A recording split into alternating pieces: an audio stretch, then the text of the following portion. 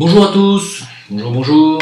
Alors pour certains qui ont suivi le live d'hier et ce que j'ai posté un petit peu sur les réseaux sociaux, vous le savez, j'ai annoncé que j'allais passer à autre chose désormais. Alors certes, je vais continuer à toucher des sujets de géopolitique internationale. Ça fait longtemps que je dis que j'ai arrêté de parler de la France, donc je vais vraiment arrêter de parler de la France, notamment de la situation explosive qui est en train d'y régner à cause de, vous le savez, de qui des gouvernements successifs, et celui qui est là est vraiment là pour nous pousser les uns contre les autres. Aujourd'hui, moi j'arrive à un stade où j'ai dit tout ce que j'avais à dire. J'ai déjà dit et répété de nombreuses fois ce que j'avais à dire, à visage découvert. J'ai pris des risques, j'ai fait des critiques. Ça n'a pas plu à tout le monde, vous le savez, mais bon, on n'est pas là pour plaire à tout le monde. J'ai jamais été là pour plaire à qui que ce soit, moi. Moi, je suis qui, moi?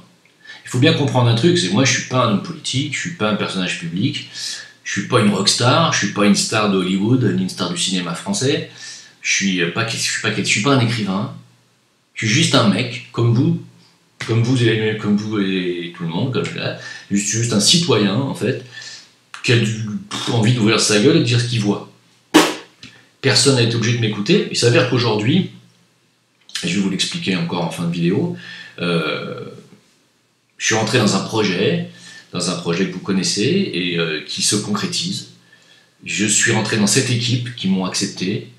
Je ne peux plus me permettre de parler de choses explosives parce que j'engage aussi la responsabilité de l'équipe et je ne peux plus me permettre. Voilà. Autant les menaces de mort, j'en reçois depuis des années, ça ne m'a jamais vraiment touché. Autant là, j'engage du monde avec moi. Je ne peux pas continuer à parler de sujets explosifs. Alors, c'est pas la peine de m'écrire en me disant, tu vois, dès que tu critiques un tel ou un tel, tu vois, c'est l'islam, dès que tu critiques l'islam, t'as vu comme quoi c'est une religion dans laquelle... Non, c'est pas l'histoire d'islam. C'est qu'on a les mêmes pressions par tout le monde. Il y a les cathos qui n'aiment pas ce que je dis, il y a les féministes qui n'aiment pas ce que je dis, il y a les sionistes qui n'aiment pas ce que je dis, qui m'ont bien fait chier avec les hackers d'Israël, qui continuent d'ailleurs à l'heure actuelle. Tous ceux qui menacent de me faire mettre en prison. Il n'y en a pas un qui est plus haineux que l'autre. Il y a simplement des gens qui ont la haine en eux, et il n'y a rien à faire. Quoi que je dise, quoi que je fasse, ils sont persuadés qu'ils m'ont mis une étiquette, et ils sont persuadés que je suis l'enculé de raciste, islamophobe, antisémite, anti-femme, anti-catho, je suis luciférien, satanique. Ils m'ont mis cette étiquette. Il n'y a rien à faire, c'est comme ça. Donc aujourd'hui, il y a des gens qui veulent me tuer, parce qu'ils me considèrent comme une réincarnation diabolique, tu vois, c'est sidérant. Quand tu sais que moi, mon seul et unique objectif, c'est d'aider des gens avec l'argent que je vais éventuellement gagner avec le Zincoin. Quand tu sais que c'est ça mon but, qui est complètement christique, c'est quand même sidérant de se faire traiter de sataniste, d'avoir des menaces de mort parce que tu es diabolique. C'est dingue. Mais c'est comme ça, il y a des gens qui ont la haine en eux, et vous avez beau leur expliquer, même leur donner vous avez beau leur donner même 100 000 €, ils continueront à vous dire que c'est l'argent du diable. C'est comme ça. C'est la hainosphère. Alors il y avait la putosphère, et puis il y a la hainosphère. Il y a des gens qui ne veulent pas entendre mes excuses. Mais j'ai même parlé avec des gens qui ont plus de 60 ans, même des dames, qui m'ont dit non, on n'écoutera plus tes vidéos, non, on veut pas parler avec toi. Quand les gens veulent plus parler, alors que moi j'invite tout le monde à parler, quand les gens veulent plus parler, c'est parce qu'on n'a plus rien à se dire, malheureusement. Moi, je suis de bonne volonté, j'ai toujours essayé de calmer les choses. Oui, j'ai fait des critiques, mais est-ce que j'ai le droit? Est-ce que j'ai le droit à la liberté d'expression? Bon, aujourd'hui, non. Je vous le dis clairement, il n'y a plus de liberté d'expression, et puis c'est dangereux. Alors, je vais développer un petit peu, il n'y a pas que moi, je ne vais pas parler que de moi pendant cette vidéo. Je vous dis juste, voilà, il y a un pan de Jim le Veilleur ou le Réveilleur qui va s'arrêter. Il s'arrête. Je ne vais plus critiquer les problèmes sociaux et les problèmes d'intégration, d'immigration, les problèmes religieux qu'il peut y avoir en France, etc. Je ne vais plus en parler. Chacun maintenant doit prendre sa responsabilité, chacun doit se réveiller. Je sais que vous l'êtes déjà, mais ceux qui sont encore chez les bisounours ont encore beaucoup de travail à faire. Moi je me suis vraiment engagé à visage découvert, j'ai pris des risques, j'ai dit ce que j'avais à dire. C'est aussi parce que j'ai été une grande gueule que j'ai ramené plus de 1000 investisseurs dans cette histoire de Zincoin. On ne peut pas me reprocher, c'est un risque que j'ai pris, mais c'est un risque aussi qui peut être très payant bientôt pour tout le monde. Donc je pense que j'ai toujours suivi la bonne voie. Aujourd'hui, l'autre voie, la suite de la voie, est d'entendre aussi la raison. Et la raison est aujourd'hui de fermer sa gueule et de s'auto-censurer sur certains sujets. C'est vrai, parce que je n'engage plus que ma seule parole, j'engage la parole d'une équipe. Et aussi, je peux mettre en danger d'autres personnes. Et bien entendu, j'ai envie de mettre en danger ni personne, ni moi, hein, ni ma famille. Hein, c'est pas le but, vous comprenez bien. Alors, moi, j'ai toujours eu la sensation d'avoir pris la défense des musulmans en France. On me dit non, t'es islamophobe. Bon, très bien. Très bien, si c'est ce que vous entendez. Sur ma dernière vidéo sur Bayonne, j'ai été quand même super clair, j'ai mesuré chacune de mes paroles. Bon, on me fait encore des reproches. Quand je dis que la construction d'une mosquée à Bayonne est considérée comme une provocation. Mais je ne parle pas pour moi. Je parle pour les gens qui m'ont écrit, qui habitent à Bayonne, pas moi. J'ai dit que ces gens-là m'ont dit, et pourquoi pas aussi construire une charcuterie à la Mecque. C'est eux qui me l'ont écrit, c'est pas moi qui le dis. Je dis que moi j'entends ce qu'ils disent. Il faut entendre la souffrance des uns et des autres. Les uns et les autres. Il y a aujourd'hui une catégorie arabo-musulmane française qui se considère stigmatisée, qui considère que on les fait trinquer de tout ce qui se passe de mal en France. Et puis il y a une autre France, une France non musulmane, une France plus conservatrice, plus ancienne, hein, qui est là depuis peut-être plus longtemps aussi, et qui dit nous on veut pas. On veut pas le bordel chez nous. On veut pas que chez nous, ça soit comme à Béziers, ce qui s'est passé le soir d'Halloween, où ils ont cramé des écoles et des collèges. Parce qu'ils amalgament racaille et islam. C'est pas moi qui le dis, ça. C'est un constat. C'est pas moi qui le dis. J'ai jamais dit que... Au contraire, j'ai toujours dit que les racailles, quand ils rentraient dans l'islam et qu'ils devenaient musulmans, ils arrêtaient d'être racailles. Tiens, je l'ai toujours dit. J'ai toujours dit que justement, au contraire, ceux qui deviennent vraiment pratiquants deviennent pacifiques. C'est eux qui me l'ont dit, ça aussi. Je vois pas où ce que je viens de dire là est islamophobe, ou quand je critique les positions israéliennes sur ce qu'ils font en ce moment à Gaza, ils bombardent, je vois pas où c'est antisémite. J'ai toujours dit qu'il y avait des juifs antisionistes. C'est complètement ridicule, c'est grotesque de dire que je suis antisémite, c'est n'importe quoi. C'est débile de dire que je suis islamophobe, c'est complètement dingue. Je fais des critiques sur les religions, oui, parce que pour moi, les religions, le problème c'est que oui, elles ont des défauts, c'est ce que je pense. Je pense qu'elles ont été écrites à une certaine époque et qu'aujourd'hui on est à plusieurs siècles derrière et que y a des écrits qui ne s'adaptent plus à la vie actuelle. Voilà, il y a certains trucs. Voilà, c'est pas plus une religion qu'une autre. Je ne suis pas religieux dans l'âme. Voilà, je préfère prendre l'essence spirituelle qu'il y a dans chacune des religions, car il y en a dans chacune des religions, c'est ce que j'ai dit. Mais les dogmes et les interdits, les règles de vie, etc. ne m'intéressent pas dans les religions. C'est une critique que j'ai faite. C'est pas pour autant que je suis plus islamophobe que judéophobe, que cathophobe, ou genre de trucs. Je suis pas phobe du tout. Il y a des trucs que j'aime bien, il y a des trucs que j'aime pas. Est-ce que j'ai le droit de le dire? Bon, aujourd'hui c'est clair, je vous le dis franchement, la réponse est non. Je le dis plus. Et je le dirai plus, pourquoi? Parce que la situation en France est explosive. Elle est explosive. Tout est fait pour vous pousser vraiment les uns contre les autres. Les forces du mal s'infiltrent partout, comme je l'ai toujours dit dans mes vidéos depuis 7 ans. Ces forces du mal sont des forces séparatrices. Ces forces séparatrices, bien entendu, vous allez voir, hein, vous allez voir ma démonstration dans cette vidéo, nous poussent à faire des communautés, des clans, et ces clans vont s'affronter parce que tout est fait pour qu'on ait la peur de l'autre, la haine de l'autre. Moi, j'ai toujours appelé d'ailleurs, et même dans mes vidéos précédentes, là, celle d'avant et les 2-3 d'avant, à ce que les gens s'invitent à parler. On me dit, tu prêches la haine. Ah bon? J'invite les gens à parler, je prêche la haine. J'invite les gens à s'inviter à bouffer, à se faire... Et je prêche la haine. J'invite les gens à s'intéresser aux autres cultures et je prêche la haine. Ah bon? Ah bon? Donc aujourd'hui, parce que je mets en danger la vie de plusieurs personnes et non pas que la mienne, je me dois, d'arrêter de parler de certaines choses. Et bien, vous allez dire, ça y est, tu baisses ton froc? Non. Je deviens adulte, je prends des responsabilités car je n'engage plus que ma responsabilité, j'engage aussi celle de plusieurs personnes. Est-ce que vous comprenez? Voilà. On est sur le point d'aboutir et de concrétiser un beau projet qui va pouvoir aider vraiment concrètement des gens. On va faire du constructif sur le terrain maintenant.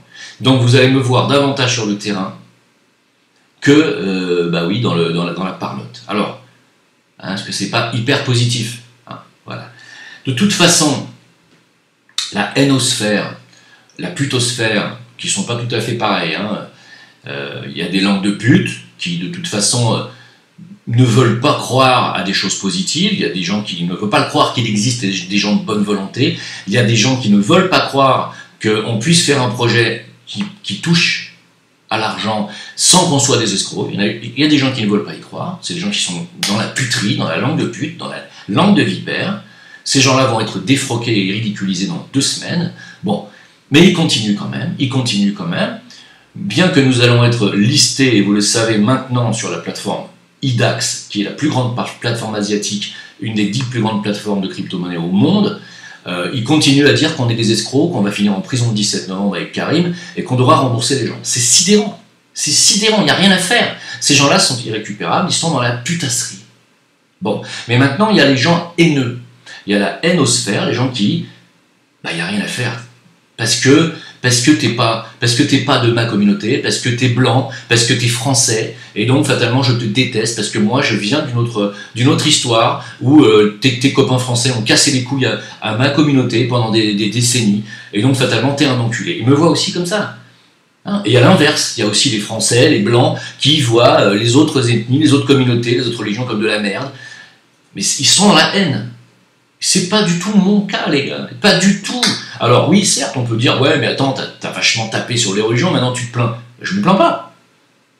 J'ai pas tapé, j'ai dit mon avis. Ça intéresse qui? Encore une fois, je suis personne. Je suis personne. Je comprends même pas comment j'ai pu ramener plus de 1000 personnes dans une affaire. Je comprends même pas qu'il y a des gens qui m'écoutent. Honnêtement, je me dis, attends, il y a quelque chose de miraculeux dans cette histoire. S'il y a autant de monde qui m'écoute, je ne sais pas pourquoi.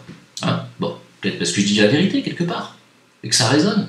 Bon, maintenant il y a des gens qui sont dans la haine et qui ne veulent pas l'entendre. Bon, écoutez, on va pas risquer notre peau et de se faire tuer par un fanatique, parce qu'aujourd'hui on en est là. Il y a du fanatisme, alors partout, hein, sans exception. Hein, n'allez pas me dire, ouais, c'est les musulmans. Non, il y a du fanatisme partout. Donc, c'est normal, comme je l'ai expliqué sur ma chaîne d'éveil, j'explique pourquoi on en arrive là, j'explique de manière plus spirituelle et plus... avec des termes qui sont plus... mais je vais y revenir d'ailleurs, je vais faire plusieurs vidéos sur cette chaîne. Voilà donc, alors, pour en venir au fait de ce qui se passe, et je vais arrêter ensuite de parler vraiment de la France, parce que c'est vrai que ça fait plusieurs fois que je le dis, et puis vous voyez bien que j'arrive pas à arrêter de parler de la France, parce que j'ai la France dans la peau. Quand on me dit t'es un lâche, tu nous as lâchés, t'es parti, tu te planques. Non mais je prends des risques à parler de la France, les mecs, j'ai mis mes couilles sur le bio, j'ai mis mes couilles sur la table. Qui c'est qui a fait la même chose que moi? Qui le fait? Je parle des youtubeurs. Personne n'a pris autant de risques que moi. Personne. Je dis pas ça pour me victimiser, pour me la péter. Il n'y a quand même pas grand monde qui a ouvert sa gueule comme je l'ai ouvert. Voilà, donc maintenant vous pouvez comprendre que je dois me calmer. Je ne vais pas me répéter éternellement sur le même sujet. Vous avez qu'à maintenant vous réveiller. Alors, d'abord primo. Je vais commencer par les profanations de tombes. Il y a des profanations de tombes chrétiennes actuellement, de lieux chrétiens, qui sont 20 fois, 50 fois plus nombreux que les profanations des autres cultes. Que ce soit des tombes juives, des tombes musulmanes, il n'y a pas de profanation de tombes juives, de musulmanes ou autres, il n'y en a pas. Il y a énormément de profanations de tombes chrétiennes. On m'a dit, ouais, tu vois, alors les Français de souche vous disent, c'est les musulmans. Alors moi j'ai dit, et là vous allez me dire, ouais, tu vois, écoutez ce que je vais dire, écoutez bien. Ça ne peut pas être des musulmans qui font ça. Ce que j'ai toujours dit, je le redis, pour moi c'est pas possible. Voilà. C'est islamophobe ça? Pour moi c'est pas possible. Un musulman peut pas faire ça. Alors qui s'amuse à faire ça? Maintenant, ça, je vous laisse le découvrir par vous-même. Je dis, ça ne peut pas être des musulmans.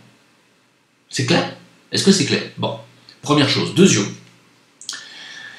En ce moment, enfin là, il y a eu des réunions à Paris, je crois que c'était place de la Bastille ou je sais pas quoi, par des associations antiracistes, etc., qui se sont réunies pour empêcher Éric Zemmour de parler. Non. Encore une fois, on est en France. On doit avoir le droit de dire ce qu'on veut. Bon, Zemmour est un personnage, lui, par contre, contrairement à moi, célèbre, public, connu pour ses positions qui sont clairement anti-islam, hein, lui, c'est clair, hein, contrairement à moi. Et lui, il veut voir débarquer les forces de l'ordre et appliquer un plan, clairement, voilà, l'opération Ronce, hein, je l'ai déjà dit, dans les cités pour museler, voilà, bon, les racailles, qu'on appelle les islamo-racailles, c'est pour moi qui les ai appelés comme ça, voilà, c'est comme ça que Soral les a baptisés. Voilà ce que Zemmour veut. Bon, il y a des gens qui veulent l'empêcher de parler, il y a des gens qui lui disent que c'est de sa faute s'il y a eu l'attentat de Bayonne. D'abord, primo, l'attentat de Bayonne, il n'y a pas eu de victime. Je ne dis pas que c'est bien ce que le mec a fait, je vais en reparler 2 secondes. Bien sûr que je ne lui ai jamais donné raison, bien sûr que je ne donne pas raison à ce monsieur de 84 ans qui a perdu la... Mais voilà où nous amènent les forces séparatrices de ce pays, qui nous poussent à nous affronter les uns les autres, nous amènent à ce qu'un monsieur de 84 ans prenne des armes pour aller tirer sur des fidèles qui sont dans la prière. C'est dingue, mais c'est dingue. Mais on est dans une situation de folie, et c'est que le début. Alors, il y en a qui ont attribué à Zemmour que c'était de sa faute. Bien sûr que non, je me suis exprimé dans la vidéo d'avant, j'ai dit que c'était absolument pas de la faute de Zemmour, et que c'est scandaleux de dire des choses comme ça aujourd'hui, pour museler la liberté d'expression. C'est scandaleux, scandaleux. Moi je trouve ça scandaleux. Alors, je ne suis pas d'accord avec Zemmour, je me suis déjà expliqué, mais je trouve ça scandaleux. Et puis qu'il y ait des manifestations anti-Zemmour, je trouve ça scandaleux. Encore une fois, qu'est-ce qu'on va faire? On va lyncher un homme, on va le lyncher comme on a lynché Dieudo, comme on a lynché Soral. Pourquoi? Parce qu'il a des avis. Et des avis, hein, c'est rien. C'est pas un mec qui a appelé à tuer, c'est pas un mec qui a lui-même pris un couteau pour tuer des gens. C'est rien, c'est des opinions. Bon. Et puis, d'un autre côté, qu'est-ce qu'on a? On a le même jour, quasiment, c'était le 1er novembre, je crois, on a des réunions saucissons, alors je vais vous dire, c'est sidérant. Et voilà ce que j'essaye d'expliquer, voilà ces deux France qui vont pas pouvoir cohabiter longtemps si ça continue comme ça. Si ça continue comme ça, je dis bien. Et après j'arrêterai de parler de tout ça, parce que ça sert plus à rien. C'est sidérant, je vais vous dire, les mecs, on arrive dans une situation de séparativité qui en réalité est allée tellement loin qu'il faut pas se leurrer, c'est trop tard. C'est trop tard, c'est irrécupérable. C'est irrécupérable. Voilà.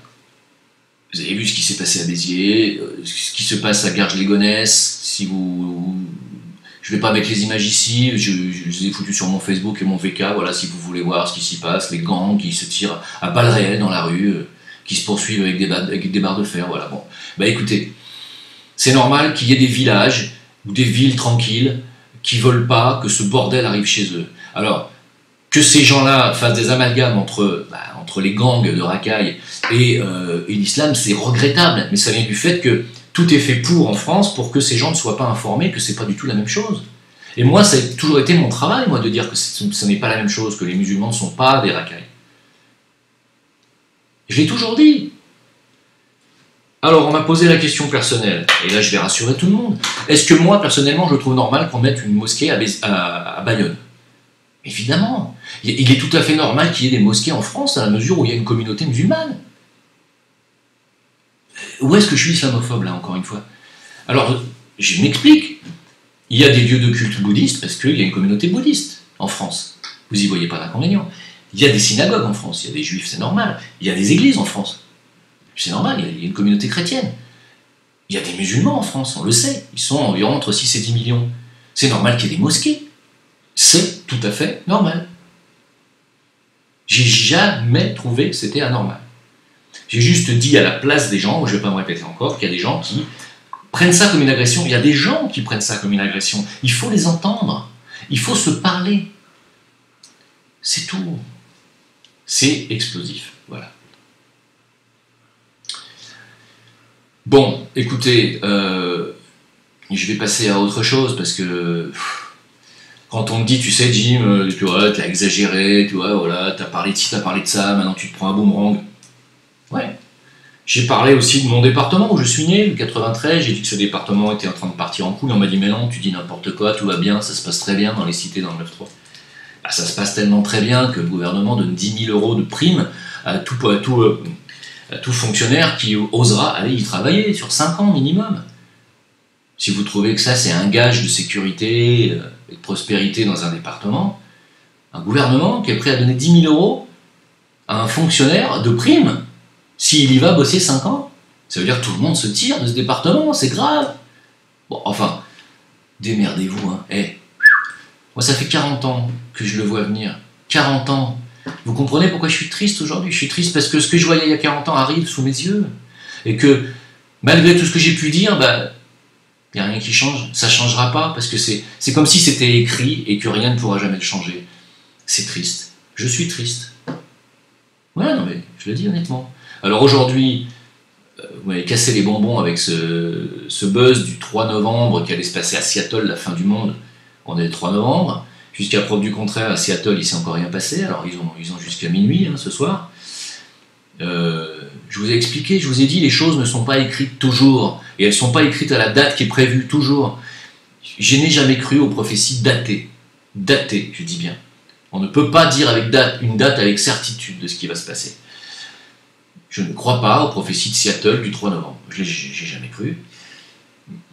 Eh bien, pour le reste, il semblerait que les forces séparatrices mènent tellement bien leur jeu qu'effectivement, l'affrontement final qu'ils veulent, entre les différentes communautés en France en tout cas, va avoir lieu parce qu'ils sont forts, parce qu'ils sont plus forts, et que ce sont les forces séparatrices qui gagnent une fois de plus encore aujourd'hui. Voilà.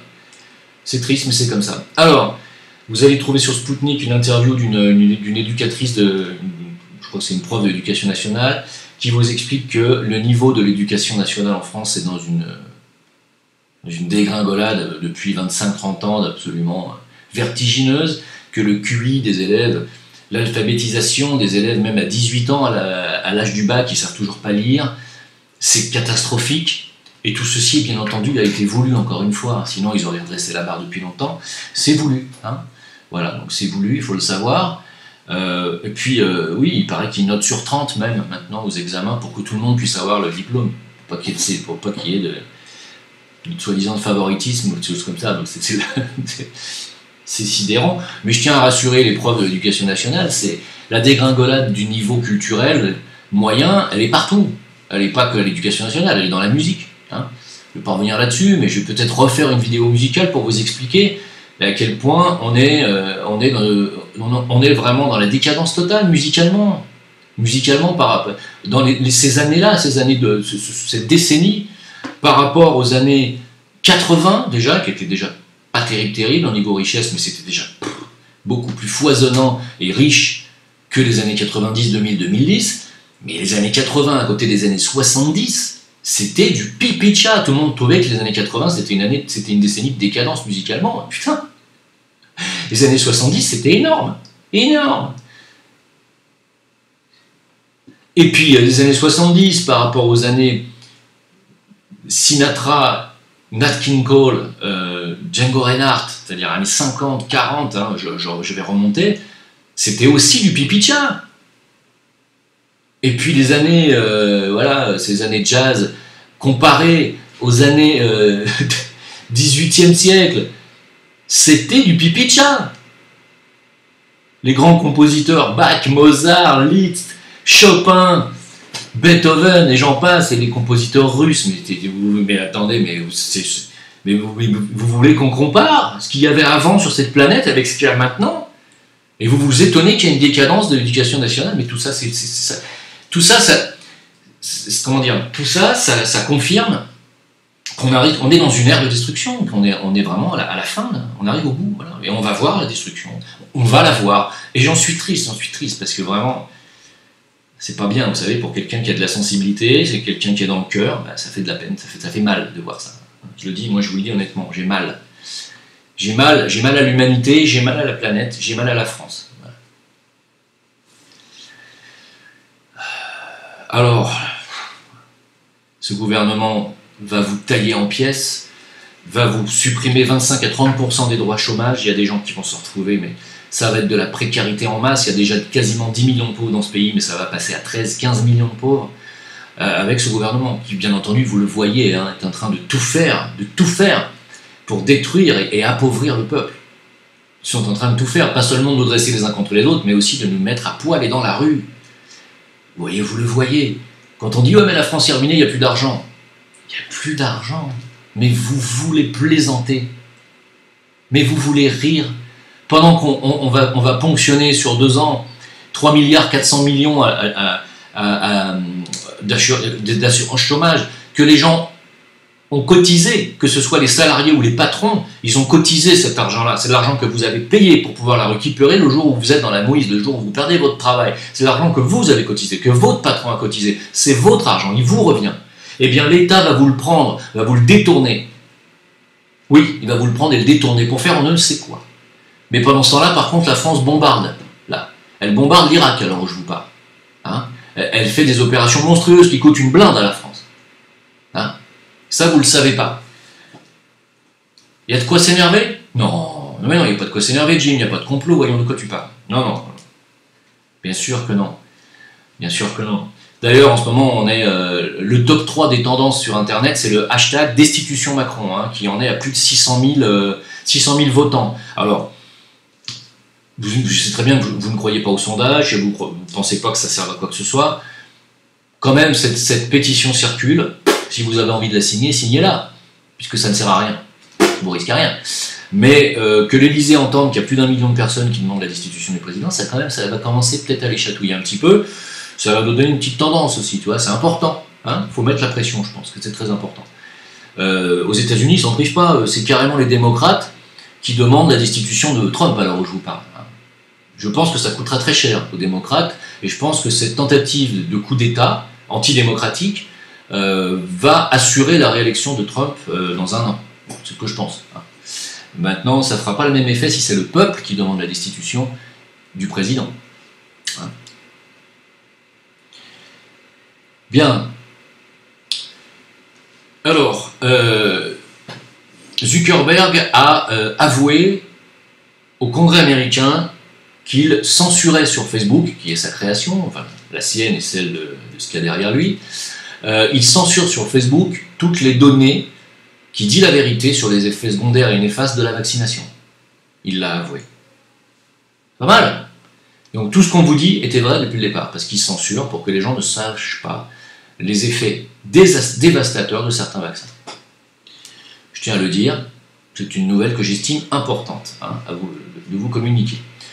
Le fameux docteur qui en ce moment nous dit qu'il a autopsié Epstein et qui nous dit qu'en fait il n'a pas pu mourir suicidé parce que d'après les blessures qu'il a eues à l'autopsie qu'il a faite, ce sont des blessures de mort par strangulation et donc il n'a pas pu se pendre, il n'a pas pu se suicider, il a forcément été strangulé. Donc il a été assassiné. Très bien. Et moi je me dis, mais il a de la chance ce docteur quand même. Parce que lui il a pu voir le corps de Epstein. Pareil, il doit faire partie des 3 personnes qui l'ont vu alors, parce que on n'a toujours pas, à l'heure qu'il est, on n'a toujours pas eu une seule image de la mort d'Epstein. On nous a montré un mec de profil, dont ce n'était pas les oreilles ni le nez d'Epstein. Et puis c'est tout. On ne nous a pas montré en trophée, vous avez vu, on a attrapé l'ordure numéro 1, non. Il a disparu. Moi je me dis peut-être que ce docteur est en train de nous enfumer pour nous faire croire que il a bien été assassiné, donc il faut arrêter de penser qu'il a été exfiltré. Ah oui, si on nous dit qu'il a été assassiné, c'est qu'il n'a pas pu être exfiltré, donc c'était pas un agent, donc il n'est pas couvert en haut lieu, donc comprenez? Je pense que ce brave docteur est là pour nous enfumer et nous faire penser que Epstein a bien été tué par des vilains. Voilà. Je pense que c'est de l'enfumage, personnellement. C'est pas d'ailleurs Yvan Labroff, ce personnage connu de la Russie, qui est en train de nous dire que pour eux, ils n'ont pas de preuve que les Américains ont tué al-Baghdadi. Ils n'en ont aucune. Ils n'ont trouvé aucun morceau de son corps, aucun morceau du corps des enfants qui étaient avec lui. Il a dit en substance que de toute façon, comme Daesh est une création américaine, ça ne servait strictement à rien puisque Baghdadi est déjà remplacé par quelqu'un d'autre. Bref, ah là là, ces sacrées forces séparatrices, elles sont vraiment partout. Elles sont vraiment partout, elles sont en train d'assombrir votre quotidien. Elles sont en train d'assombrir les relations hommes-femmes, elles sont en train d'assombrir les relations entre les différentes religions, les différentes croyances, les différents croyants, les croyants, les non-croyants. Ces forces séparatrices s'infiltrent partout, y compris même au sein même des religions, au sein même du Vatican, vous le savez. Bon, je vais pas répéter encore 150 fois ce que j'ai déjà dit. Et ces forces séparatrices sont en train de gagner du terrain. Et à tous ceux et celles qui me disent « Ouais, mais il y a des forces lumineuses en ce moment, tu sens pas la bonne énergie ?» Je vous le dis honnêtement, je la sens pas. Il n'y en a pas. On est en train de descendre tellement bas dans la matière et dans la séparativité que là, c'est difficile de les sentir, les forces lumineuses. Alors, si bien sûr, si je me mets en méditation, etc., oui, elles sont toujours là, mais elles nous demandent, elles comptent sur nous. Elles comptent sur nous, notre bonne volonté, notre bon vouloir, pour essayer d'éviter le pire. Sachez qu'on n'est pas seul, hein. Il y a du monde autour de nous. Hein, d'accord. Je vais vous amener vers cette interview de Jean-Claude Bourret, qui, comme vous le savez, est un expert en ufologie, qui vous explique que le président russe Medvedev, le prédécesseur de Poutine, a lui-même avoué que parmi l'humanité, il y a des extraterrestres qui sont dans les hautes sphères décisionnelles. Et que quand on est président, on vous donne une liste, on vous donne la liste des extraterrestres qui sont parmi nous et qui justement sont dans les sphères décisionnelles. C'est intéressant quand même, hein. Il faut le savoir, on n'est pas tout seul, les centrales nucléaires sont surveillées, voilà quelques photos d'ailleurs intéressantes, et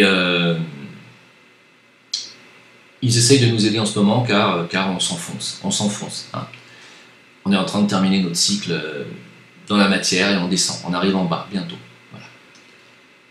Et puis aujourd'hui, comme j'ai expliqué dans le live hier, beaucoup d'agriculteurs se suicident en France, je crois que c'est un suicide tous les 2 jours ou 3 jours, c'est gigantesque, à ce rythme-là, dans 5 ans, il n'y a plus du tout, même avant, il n'y aura plus d'agriculteurs en France. Si c'est ce qu'on veut, on n'a qu'à continuer comme ça.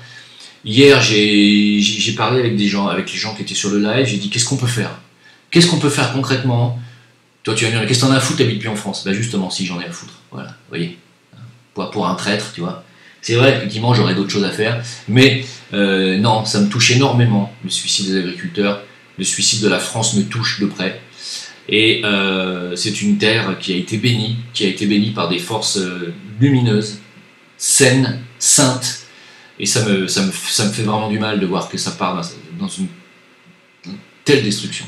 Alors, que faire pour nos amis agriculteurs? Que faire concrètement? Alors il y a des gens qui m'ont dit mais moi j'achète le panier bio, je le commande sur internet, je me fais livrer, ça dure 10 jours, ça me coûte entre 25 et 30 euros tous les 10 jours. C'est acceptable. C'est très acceptable pour avoir un panier de légumes, fruits frais, bio, c'est très acceptable. Hein. Et pour éviter bien entendu de passer par les grandes surfaces, les multinationales qui ruinent les agriculteurs, les récoltants, qui ruinent les éleveurs pour vendre à bas prix, parce qu'ils vendent en gros et qu'ils en jettent après le tiers ou même la moitié parfois parce qu'après c'est avarié, que quand c'est avarié ils les vendent plus. Scandaleux, hein. Donc moi je dis il faut arrêter d'acheter dans les grandes surfaces les légumes, les fruits et même la viande. Hein. Il faut aller chez des bouchers, des artisans, il faut que les artisans fassent aussi un effort de moins marger peut-être, de faire des coopératives. Bon, ça, j'invente rien, c'est pas moi qui l'invente, mais je disais, si vous êtes habitué à acheter des paniers bio, des trucs comme ça, quelle que soit la région où vous êtes, dites-moi quelle est votre astuce, quel est votre plan, si vous trouvez que vous avez un bon plan, pas cher, de qualité, où les gens peuvent accéder. Écrivez-moi à Jim Leveilleur, tout attaché, @gmail.com, et dites-moi l'adresse et le mail éventuellement, ou la façon de commander ce panier bio, je le communiquerai. Voilà, pour que les agriculteurs puissent avoir davantage de commandes, que les gens puissent acheter directement chez eux. Je vais relayer ça. Et je vais demander à tous les alerteurs, tous les autres youtubeurs de faire pareil. De relayer les informations pour que la France, les Français, tous les Français, puissent acheter leurs produits directement aux coopératives fermières. C'est très important. De court-circuiter l'intermédiaire grande surface. Il faut les court-circuiter. Il faut aller à Carrefour, à Auchan, dans ces trucs-là, uniquement pour acheter du papier cul aujourd'hui, du liquide vaisselle et des brosses à dents. Voilà, c'est tout.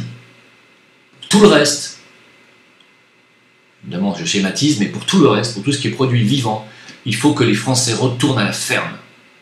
Voilà. Et donc, comme ils ne peuvent pas tous se déplacer, la commande des paniers bio qui sont livrés directement est une très très bonne idée. Et surtout pour 25 € pour 10 jours, franchement ça vaut le coup. Voilà, c'est tout ce que j'ai à dire. Il faut essayer d'aider les agriculteurs, on va essayer de les aider au maximum. Et n'hésitez pas à m'envoyer, voilà, je répète encore, si vous avez de très bons plans, si vous êtes dans cette mouvance, voilà, que je puisse relayer l'information et je le ferai. Alors, en ce qui concerne ce constructif avec le Zincoin, je vais finir là-dessus. Le Zincoin, vous le savez, dans 15 jours, on est listé sur la plateforme IDAX, IDAX, voilà, donc c'est la plus grande plateforme asiatique, qui est dans le top 10 des plateformes mondiales, hein. Donc voilà, l'annonce officielle, hein, qui a été faite par Karim hier sur sa chaîne, et donc pour tous ceux qui nous ont dit qu'on allait arnaquer les gens, qu'on ne serait pas listé, qu'on ne serait jamais sur les marchés, déjà vous devez faire vos excuses. Le 17 novembre, vous devrez les faire doublement, hein, parce que vous nous avez dit qu'on allait finir en prison et qu'on devra rembourser les gens. On verra le 17 novembre. Et puis, pour ceux qui n'ont pas encore acheté le Zincoin, vous ne pouvez plus rentrer dans le club de la blockchain Wetio, donc c'est fini. Hein. Il n'y a que ceux qui ont déjà acheté du Zincoin qui peuvent encore rentrer dans le club Wetio jusqu'au 10 novembre, maximum. Après, c'est fini. D'ailleurs, de toute façon, sachez-le, le club Wetio ne va pas durer très très longtemps. Donc c'est vraiment quelque chose d'extrêmement préférentiel qui a été fait pour les acheteurs du Zincoin pendant l'ICO, parce que vous allez pouvoir toucher du Zincoin à 29 centimes, même s'il passe à 2, 3, 4, 10 dollars. C'est énorme et ça n'a jamais existé dans l'histoire de la crypto-monnaie. Hein. Donc c'est juste énorme et ça pourra pas durer des années, sachez-le. Donc dès que Wetio sera opérationnel, le club Wetio logiquement devra s'arrêter. Donc ça ne va pas durer très longtemps, il faut le savoir. Pour ceux qui n'ont pas encore acheté de Zincoin, qui veulent acheter le 17 novembre, vous m'écrivez à Jim Leveilleur, tout attaché, jimleveilleur@gmail.com, et vous m'écrivez simplement 17 novembre, c'est tout. Pour ceux qui veulent faire partie simplement de ma communauté, pour savoir quels vont être les futurs projets, vous m'écrivez toujours la même adresse, Jim Team, T-E-A-M, Jim Team, et vous allez aussi rentrer dans la banque de données. Vous allez recevoir des newsletters. Si ces newsletters ne vous concernent pas, parce qu'elles vont concerner le Zincoin, et que vous ne voulez pas spécialement acheter de Zincoin, mais vous voulez savoir ce qui va se passer derrière comme votre projet, ne demandez pas votre désinscription, parce que c'est une des newsletters pour tout le monde, aussi bien pour ceux qui veulent acheter du Zincoin le 17 novembre, que pour ceux qui veulent savoir simplement les autres projets qu'il y a derrière. Simplement, vous m'écrivez à jimleveilleur@gmail.com et moi je transmets votre demande. Voilà, et vous rentrez dans la communauté. N'attendez pas de mail de bonne réception. Je reçois votre mail et vous êtes automatiquement enregistré. Voilà, s'il y en a encore parmi vous qui ont eu des problèmes de paiement, de règlement avec l'équipe Zincoin, avec le club Wetio, pareil, vous m'écrivez. Je vais vous aider à régler ce problème-là, bien entendu. Il faut qu'on arrive maintenant à régulariser tous les retards. Hein. Personne ne sera lésé, personne ne sera volé, tout sera parfaitement régularisé. Hein. À l'heure où je vous parle, on vous a proposé de vous faire rembourser si vous ne croyez pas au projet alors qu'on est à 15 jours de réussir. Jusqu'à présent, il y a eu 3 demandes de remboursement, d'ailleurs des petits acheteurs de 50 € qui ont demandé à être remboursés. C'est quand même sidérant, mais bon, c'est comme ça. Les mecs ont peur de perdre 50 €. C'est comme ça, hein. Enfin bon. Donc voilà, écoutez, c'était une vidéo mise au point. Je ne vous abandonne bien sûr pas. Dans l'avenir, je continuerai à faire des vidéos d'éveil sur la chaîne Jim Leveilleur, des vidéos spirituelles sur cette même chaîne. Et je continuerai à faire des vidéos géopolitiques dès qu'il se passera des événements importants. Mais je ne parlerai plus de la situation explosive qu'il y a en France. Ne m'en veuillez pas. Parce que il me semble que j'ai assez parlé de tout ça. Je vous souhaite à tous et à toutes bonne chance réellement pour le futur proche. Mon ressenti n'est pas super agréable, je vous le dis honnêtement. J'ai bien entendu, je sais ce qui va se passer. Cette crise bancaire et financière qui arrive amènera les gens qui sont déjà armés à prendre d'assaut les grandes surfaces l'armée ensuite ou les forces de l'ordre prendront le contrôle du pays. Voilà, sachez-le, ils se sont fait la main sur les gilets jaunes, ils sont en train de se faire la main sur les gilets jaunes, c'est une véritable dictature qui se met en place en France, mais ça sera une vraie dictature qui arrivera dans les mois, années à venir. Alors je vous souhaite vraiment bon courage et réveillez votre prochain, faites ce que j'ai fait si vous avez envie de prendre des risques, même à visage couvert. Hein. Voilà, et puis à bientôt, ciao. Pour contacter Jim Leveilleur, envoyez votre email à jimleveilleur@gmail.com.